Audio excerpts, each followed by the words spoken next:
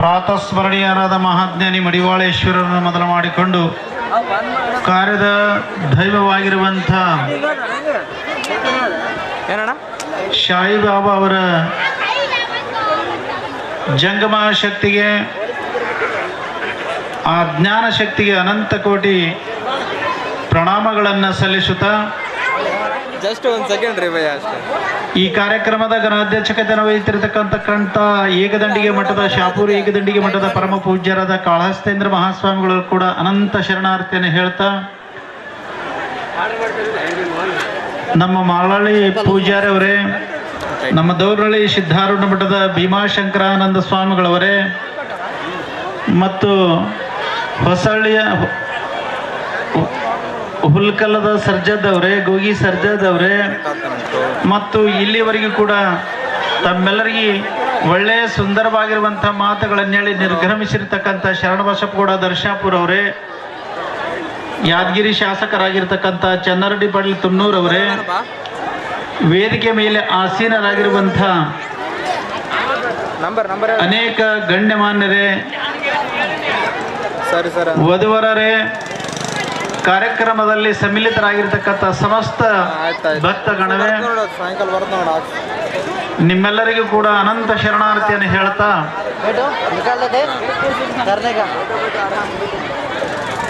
ಇವತ್ತು ಮಾಡುವ ಕಾರ್ಯ ಬಹಳ ದೊಡ್ಡದ ಅದ ಖರೆ. ಆ ಕಾರ್ಯದೊಳಗ ಕೇಳುವ ಮಾತಿನ ಕಿವಿಗಳು ಇಲ್ಲ ಅಂತಂದ್ರೆ ಏನು ಮಾಡೋಕ್ಕಾಗಂಗಿಲ್ಲ. ಅವಸರಲ್ಲೇ ಅಕ್ಕಿ ಕಾಳು ಹಾಕೊಂಡು ಹೋಗೋರು, ಅವಸರಲ್ಲೇ ಜಾತ್ರೆಗೆ ಬರೋರು, ಶಾಸಕರಿಗೆ ಭೇಟಿ ಆಗಕ್ಕೆ ಬರೋರು, ಮಿನಿಸ್ಟರ್ಗಳು ಭೇಟಿ ಆಗಕ್ಕೆ ಬರೋರು, ಸನ್ಮಾನ ಮಾಡ್ಕೊಂಡು ಹೋಗಕ್ಕೆ ಬರೋರು, ಇವೆಲ್ಲರ ಮಧ್ಯದೊಳಗೆ ಯಾರ ಮಾತು ಯಾರು ಕೇಳಿ ಏನಾರ ಆಗ್ಬೇಕಂತೀರೇನು? ನಿಮ್ಮ ಆಡುವ ಮಾತನ್ನ ನಿಮಗೆ ತಿಳಿಲಾರ್ದೆ ನಿಮ್ಮ ಬದುಕು ಹರಿಗಟ್ಟು ಹೋಗ್ಯದ ಅಂತ ನನಗನ್ನಿಸ್ಲಕತ್ತದ. ನೀವು ನಡೆಯೋ ದಾರಿನೇ ಸಜ್ಜಿಲ್ಲ ಅಂತಂದ ಬಳಕ ಯಾವ ಊರಿಗೆ ಹೋಗಿ ನಾವು ಮುಟ್ತೀವಿ. ಲಗ್ನಕ್ಕೆ ಬಂದರೂ ಸಮಾಧಾನ ಇಲ್ಲ, ಮನೆಗೆ ಹೋದ್ರೂ ಸಮಾಧಾನ ಇಲ್ಲ, ಎಲ್ಲರೂ ಹೋದ್ರೂ ಸಮಾಧಾನ ಇಲ್ಲ. ಗದ್ದಲಿಯನ್ನು ಕೊಂಡುಕೊಂಡು ಹೋಗೋದದ, ಗದ್ದಲಿನೇ ಹಂಚ್ಕೊಂಡು ಜಾತ್ರೆಗೆ ಬರೋದದ. ಅದಕ್ಕೆ ಮಹಾರಾಜಿಗೆ ಹೇಳಿದೆ ನಾನು, ಫಾದರ್ಸ ಹಂಗ ಜಾತ್ರೆ ಮಾಡ್ಯಾನ, ಈ ವರ್ಷ ಮಾತ್ರ 8 ತಿಂಗಳದಾಗ ಮಾಡ್ಯಾನ, ಮುಂದಿನ ವರ್ಷ ಇನ್ನೊಂದು ತಿಂಗಳದಾಗ ಹೆಚ್ಚು ಕಮ್ಮಿ ಮಾಡ್ತಾನ. ನಾವು ಬಂದು ಬಳತನ ಕುಂತಿದ್ದೇವೆ, 2 ಮಾತಾಡಿ ಕೈ ತೊಳ್ಕೊಂಡು ಹೋಗ್ಬೇಕಂದ್ವಿ. ಗಾದ್ದಲಿ ಎಬ್ಬಿಸಿ ಧೂಳು ಎಬ್ಬಿಸಿ ನಿಮ್ಮನ್ನು ಸಾಳು ಮಾಡಿ ನಮ್ಮನ್ನು ಸಾಳು ಮಾಡಿ ಹೋಗೋರು ಹೋದರು, ಕುಂತವ್ರು ಕುಂತೀರಿ. ಇದು ಧರ್ಮಸಭೆ ಆಗಬಾರದು. ಲಗ್ನ ನಿಮಿತ್ತ, ಶಾಯಿಬಾಬಾ ನಿಮಿತ್ತ ನಮ್ಮ ಬದುಕಿನೊಳಗೆ ಕಸ ಹೊಡ್ಕೊಳ್ಬೇಕು, ಕಸ ಹೊಡ್ಕೋಬೇಕು. ಎಲ್ಲಿ ಕಸ ಹೊಡ್ಕೊಂಡು ಸ್ವಚ್ಛ ಕೂಡ್ಬೇಕು ಅನ್ಕೊಳ್ಳಲ್ಲ, ಹೊಲಸು ಮಾಡ್ಕೊಂತ ಧೂಳು ಎಬ್ಬಿಸ್ಕೋತ ಹೋದೆವು ಅಂದ್ರೆ ಬದುಕ ಹೊಲಸಾಗಿ ಹೋಗ್ತದ, ಜೀವನ ವ್ಯರ್ಥಾಗಿ ಹೋಗ್ತದ, ಬದುಕಿನಲ್ಲಿ ದುಃಖ ತುಂಬುತ್ತದ. ಬದುಕ ಹೆಂಗಿರ್ಬೇಕು ಅಂತಂದ ಅರಿವಿನಿಂದ ನಡೆದಿರಬೇಕು, ಎಚ್ಚರದಿಂದ ನಡೆದಿರಬೇಕು. ಸುಮ್ಮನೆ ಈ ಮನುಷ್ಯ ಹುಟ್ಟಿ ಬಂದಿಲ್ಲ.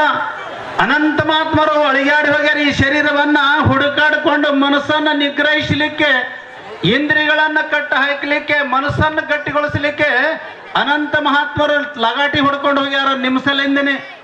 ಆ ಸಂದೇಶ ನಿಮ್ಗೆ ಕೊಡ್ಬೇಕಂತ ಹೇಳೇನೆ. ಈಗ ನಡೆದಿಲ್ಲ ಕುಂಭಮೇಳದಾಗ ನೋಡ್ರಿ ಹೆಂಗ ನಡೆದದ. ಕೈ ಎತ್ಕೊಂಡು ನಿಂತಾವ, ಜೋತಾಡಕತ್ಯಾವ, ಏನೆಲ್ಲ ಟಿವಿ ನೋಡ್ತಿರಲ್ಲ ನೀವು. ಅದು ಯಾರ ಸಲಿಂದ?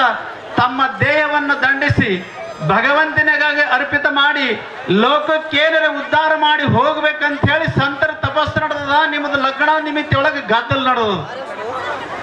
ಎಷ್ಟು ಶಾಲು ಹಚ್ಕೊಂಡು ಹೋಗಕ್ ಬರೋರು ಇಷ್ಟು ಮಂದಿ, ಕುರ್ಚಿ ಕುಂದರಿಸ್ತಾರ ಇಲ್ಲ ನಮಗಂತ ಇಷ್ಟು ಮಂದಿ, ನಮಗೆ ಮಾತಾಡ್ಸಲಿಲ್ಲ ಅಂತ ಇಷ್ಟು ಮಂದಿ, ಅಲ್ಲಿ ಏನಿತ್ತು ಅಂತ ಇಷ್ಟು ಮಂದಿ. ಇಂಥ ಗದ್ದಲಿ ಒಳಗ ನೀವು ಬದುಕು ಕಟ್ಟಿಕೊಳ್ಳೋದು ಹೇಗ? ಅದಕ್ಕೆ ಮಡಿವಾಳಪ್ಪನವ್ರು ಬಹಳ ಸುಂದರ ಮಾತು ಹೇಳ್ಯಾರ. ಕಡೆಗೆ ಒಂದಿನ ಎಲ್ಲರೂ ಇಂತಲ್ಲಿ ಹೋದಲ್ಲಿ ಮುಂಡ ಮುಚ್ಕೊಂಡು ಶಾಂತಿನಿಂದ ಇದ್ದು, ಒಬ್ಬ ಒಳ್ಳೆ ಮಾತಾಡ್ತಿದ್ದಂದ್ರೆ ಮಾತು ಕೇಳ್ರಿ, ಒಬ್ಬರು ಸಂತರು ಮಾತಾಡ್ತಿದ್ರಂದ್ರೆ ಮಾತ್ರ ಕೇಳ್ರಿ.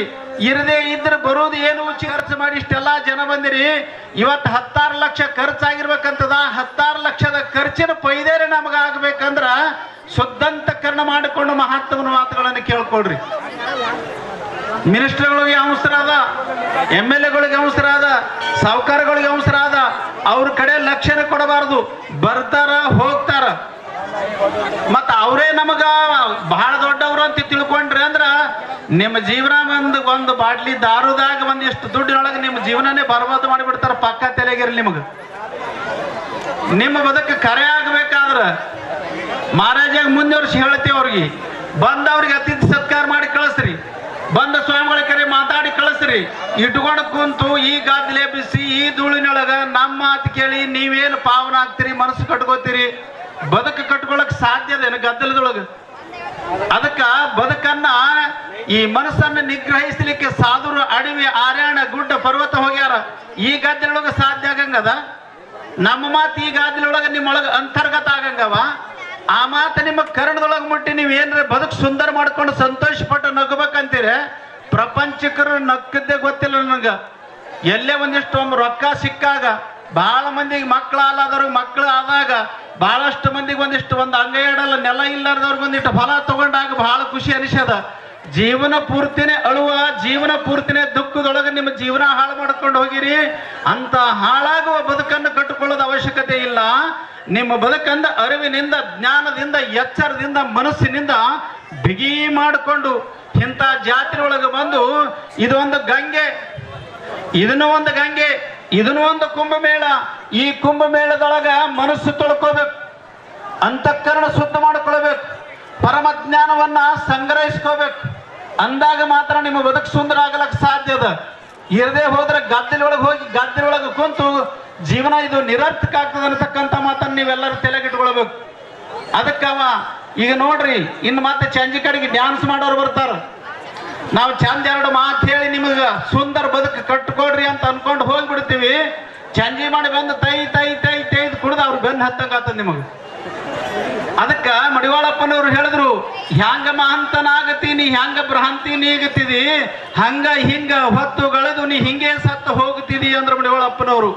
ಹಂಗ ಹಿಂಗ ಹೊತ್ತುಗಳದು ಸತ್ತು ಹೋಗೋದಕ್ಕಿಂತ ಸದ್ಗುರುನಾಥನ ಧ್ಯಾನದಲ್ಲಿ, ಸದ್ಗುರುನಾಥನ ಒಂದು ಸದ್ಗತಿಯಲ್ಲಿ, ಸೇವಾಭಾವದಲ್ಲಿ ಅವನ ನಡೆ ಹೋಗುವಂತ ಮಾರ್ಗವನ್ನ ಸ್ವಚ್ಛ ಮಾಡಿಕೊಂಡು ನೀವು ನಡೆದಿದ್ದೇ ಆಗಿದ್ರೆ ನಿಮ್ಮ ಬದುಕು ಸುಂದರ ಆಗ್ತದೆ ಅಂತಕ್ಕಂಥ ಮಾತನ್ನು ಹೇಳ್ತಾ, ಮತ್ತೀಗ ಯಾರೋ ಒಬ್ರು ಡಿ ಬಾಸ್ ಅಂತ ಬಂದಾರ, ಭಾಳ ಗಳಿಸ್ಯಾರಂತ. ಅವ್ರಿಗೆ ಈಗ ಗುಡ್ಯಾಗ ಕರ್ಕೊಂಡು ಹೋಗ್ಯಾನ, ನಮ್ಮನ್ನೆಲ್ಲರನ್ನ ಬಿಟ್ಟನ ಗುಡ್ಯಾಗ ಕರ್ಕೊಂಡು ಹೋಗ್ಯಾನ. ಈಗ ಅವನಿಗೆ ಮತ್ತೆ ಕರ್ಕೊಂಡು ಬಂದು ಅವನು ಸತ್ಕಾರ ಮಾಡಿ, ಇವೆಲ್ಲ ಈ ರಂಗ ಏನದಲ್ಲ ಭಾಳ ಮಜಾರ್ ರಂಗ ಇದು.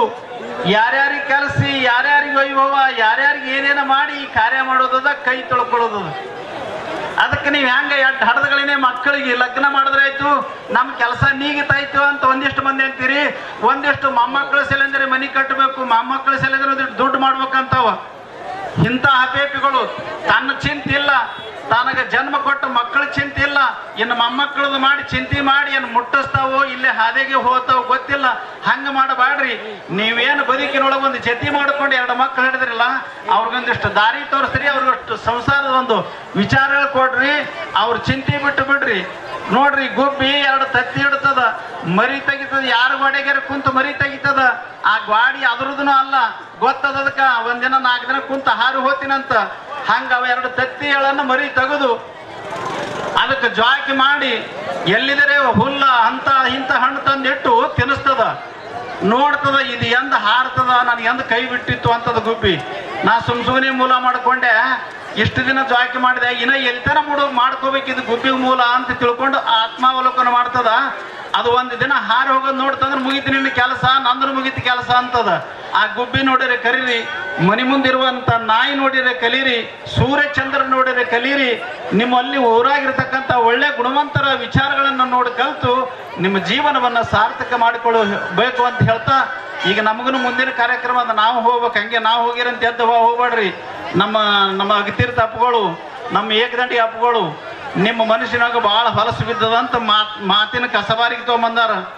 ಆ ಮಾತಿನ ಕಸಬಾರಿಗಿಂದ ನಿಮ್ಮ ಮನಸ್ಸು ತೊಳೆದು ಸ್ವಚ್ಛ ಮಾಡಿ ಹೋಗ್ತಾರ. ಅಲ್ಲಿ ತನಕ ಕುಂದಿರ್ಬೇಕು. ಮತ್ತು ಹಸುವಾಗ್ಯದ ಎದ್ದೆದ್ದು ಹೋಗ್ಬೇಡ್ರಿ. ಎಷ್ಟು ದಿನ ಊಟ ಮಾಡಿರಿ, ಎಷ್ಟು ದಿನ ಏನೆಲ್ಲ ಮಾಡಿರಿ, ಇವತ್ತೊಂದಿನ ನೀವು ಊಟಕ್ಕೆ ಲಕ್ಷ್ಯ ಕೊಡೋದ್ರೆ ಎಲ್ಲ ಮಹಾತ್ಮರು ಹೇಳುವಂಥ ಮಾತುಗಳನ್ನು ಕೇಳಿ ಮನಸ್ತೃಪ್ತಿ ಮಾಡ್ಕೊಂಡು ಜೀವನ ಸಾರ್ಥಕ ಮಾಡ್ಕೊಳ್ಳಿ ಅಂತ ಹೇಳಿ ನನ್ನ 2 ಮಾತುಗಳನ್ನು ಮುಗಿಸ್ತಾ ಇದ್ದೇನೆ. ಶಿವಂ ಭೂಯಾತ್.